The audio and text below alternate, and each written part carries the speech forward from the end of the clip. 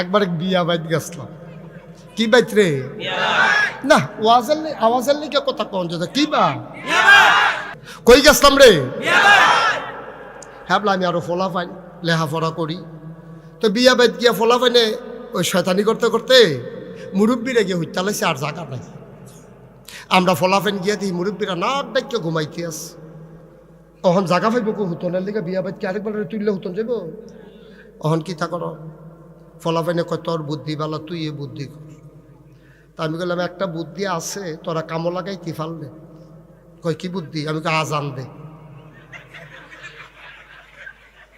একজনে জুড়ে আজান দে। যেই ঘরে মুরব্বীরা ঘুমাইছে এই ঘরের কান্দাত গিয়ে হাতে যে আজানো আসসালাতু খায়রুম মিনান নাওম বেড়াইয়া আজান খিসনের লগে লগে মুরব্বীরা সব উঠটা মেসোয়াক টেসোয়াক লইয়া উঁচু করতে যাইতে আছে। পেশাব টেসাব করে কই কি তারা আন্দার এন্দার লাগি গড়ির চাইয়া দেহে 3:30 বাজে।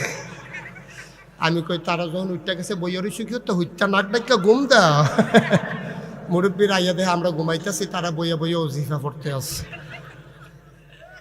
হুজুর হুজুর ক্ষতি করেন না, অনুরোধ মাদ্রাসার ক্ষতি করেন না, বসেন। এই মাদ্রাসার শিক্ষক আমি কোন সময় উঠোন লাগবো কয়া মোহন বইয়া থাকেন। এটা টাইম আছে না উঠোনে? আপনি ব্যান্ডায় দুইটা বইয়া রয়েছেন কি ফজরের আজান দিছে না?